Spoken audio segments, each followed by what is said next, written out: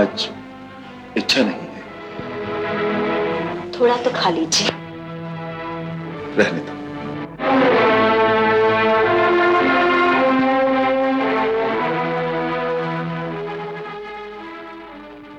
ऐसा लगता है किसी चिंता में है आप। बड़े गंभीर लग रहे हैं। भाभी, क्या बात है? कोई विशेष बात तो नहीं।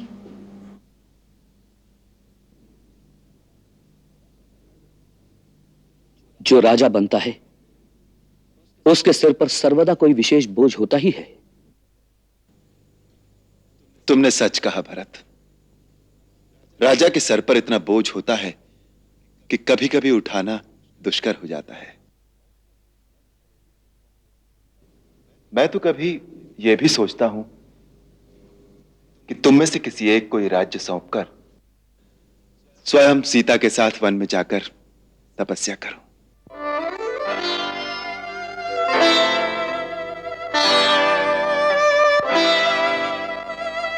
भरत, तुम्हें तो राज्य कार्य का अभ्यास भी हो चुका है, तुम्हारा चरित्र भी निर्मल है।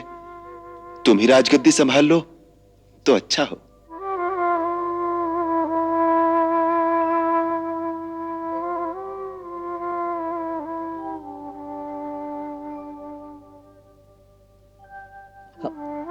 अब समझ में आया, आपकी चिंता का वास्तविक कारण मैं हूं। अवश्य आपको मेरे किसी कार्य में कोई दोष दिखाई दिया जिसके कारण आप मुझे यह दंड देना चाहते हैं।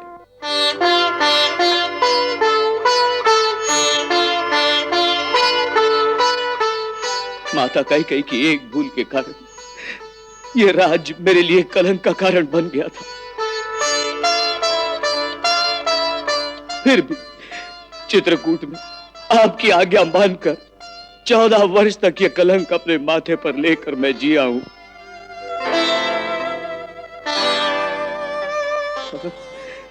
अब यह राज मुझे फिर देने का अर्थ होगा कि वही कलंक फिर से मेरे माथे पर स्थापित कर दिया जाए।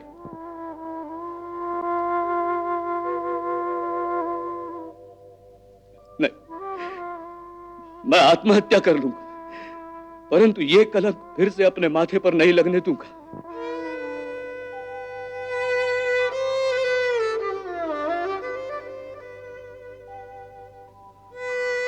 अवश्य आपको मेरी कोई भूल दिखाई दी जिसके कारण आपने ऐसा सोचा। महाराज, मेरी जो भी भूल हो उसे क्षमा कर दें,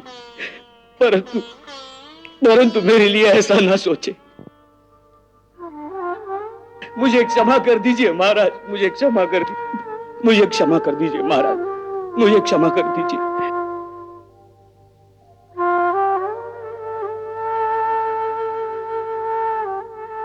नहीं भरत, अरे पगले, मैं तो इसलिए कह रहा हूं कि मैं थक गया हूं। जिस दिन श्री राम थक जाएंगे उस दिन सूर्य और चंद्र भी थक जाएंगे।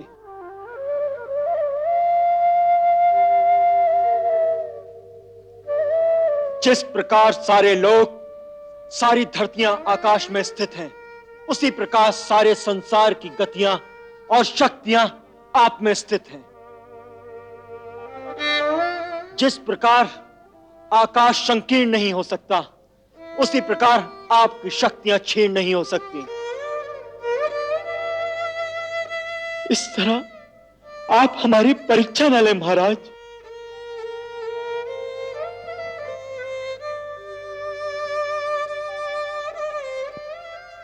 भैया, हमारा जन्म ही आपकी सेवा के लिए हुआ है। हमारा स्थान अपने चरणों में ही रहने दीजिए।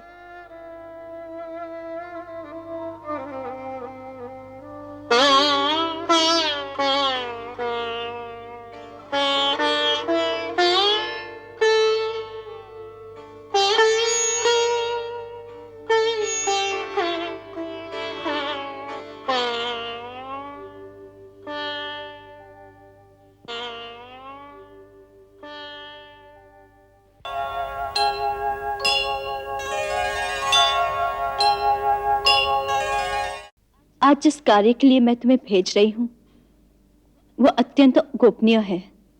इसका पता भी किसी और को न चले। मुझ पर भरोसा रखिए महारानी जी, आप आज्ञा करें, मुझे क्या करना है? तुम्हें प्रजा में घूमना होगा और सुनना है कि प्रजा में क्या बातें हो रही है। ऐसा लगता है कि प्रजा में महाराज के बारे में या राजकुल के बारे में कुछ अप्रिय बातें हो रही हैं। मैं जानना चाहती हूं कि प्रजा क्या बातें कह रही है। एक बात याद रखना कि जो तुम सुनो उसकी भनक भी किसी और के कान में न पड़े। जो आज्ञा।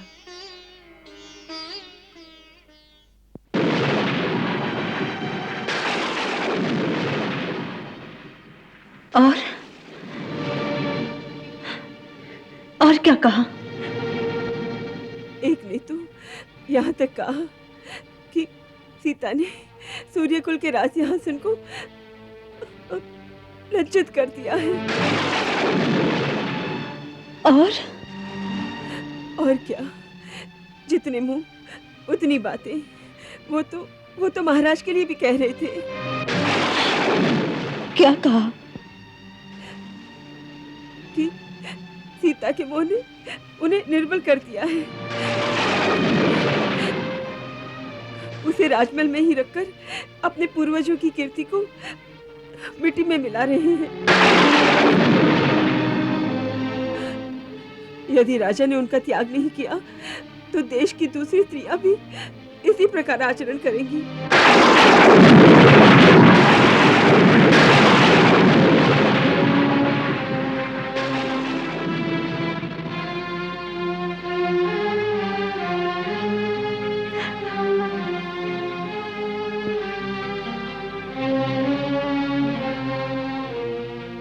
महारानी की जय हो। महारानी जी, कुमार लक्ष्मण आपके दर्शन की आज्ञा चाहते हैं।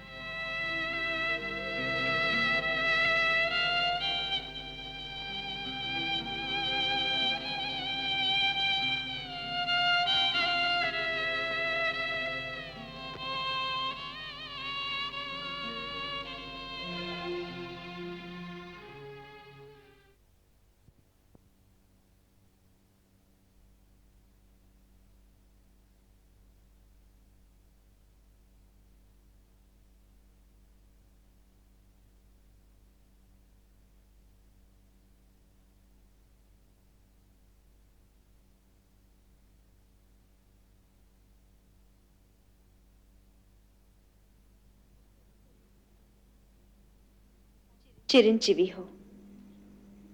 आसन ग्रहण करो देवर जी। नहीं भाभी, मैं आसन ग्रहण नहीं करूंगा। बहुत क्रोध में हो। कहो, क्या बात है? वो जो भैया कह रहे थे कि तुम लोग राज संभाल लो, मैं थक गया हूं। इसी बात का दुख है भाभी। ऐसी बात भैया यूं तो नहीं कह देंगे, अवश्य कुछ बात होगी। भरत भैया भी कह रहे थे, भैया ने अवश्य हमें कुछ खोट देखा है, तभी उन्होंने ऐसी बात सोची। हम तीनों भाइयों को रात भर नींद नहीं आई। किसने ऐसी भूल की, यही हम जानना चाहते हैं।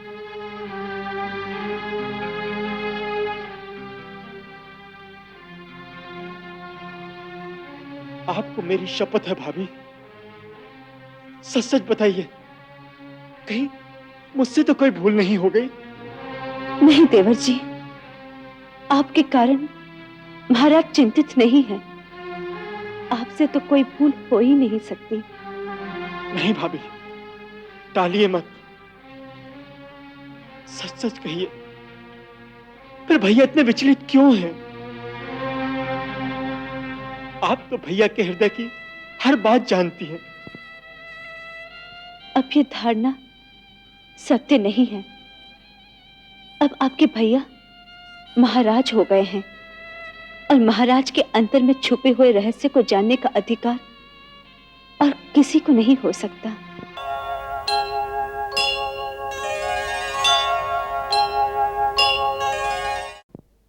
देवर भाभी में क्या मंत्रणा हो रही है?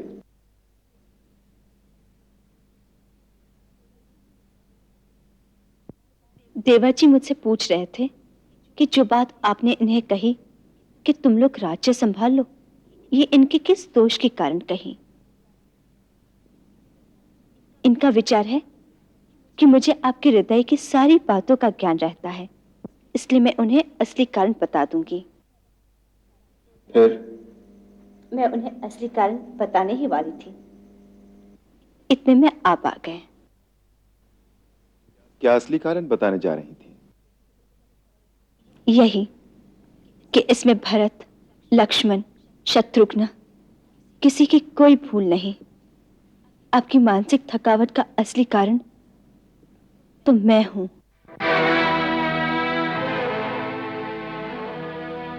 अर्थात?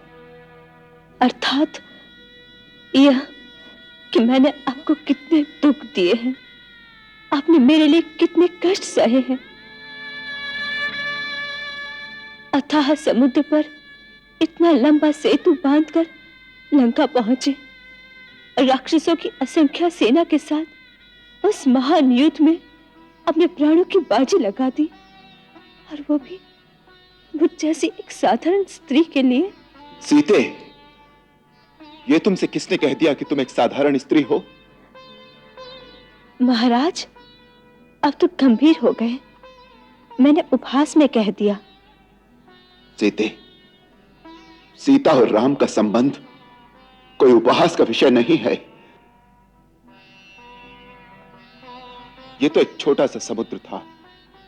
तुम्हारे लिए यदि धरती से किसी दूसरे लोक तक सेतु बांधना पड़े तो मैं वहां भी पहुंच जाऊंगा। तुम मेरे प्रेम को जानती नहीं हो।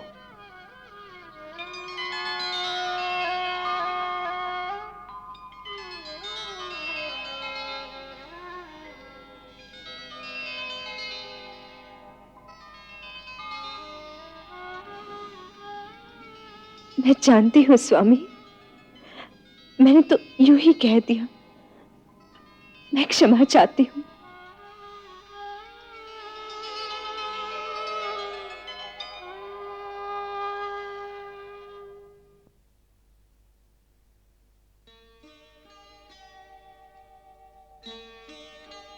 लक्ष्मण, तुम लोग तो सचमुच पगले हो।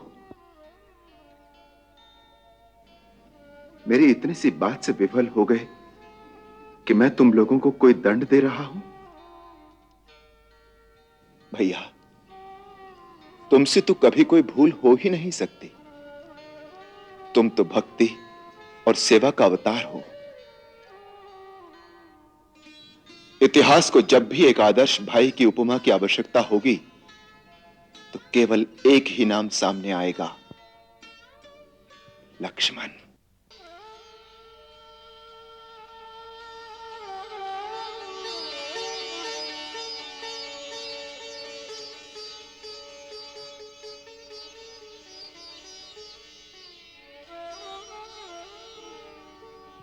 भैया, फिर कभी परिहास में भी आपने इस तरह की बात कही तो आपका ये लक्ष्मण सचमुच अपने प्राण दे देगा। ए पगले,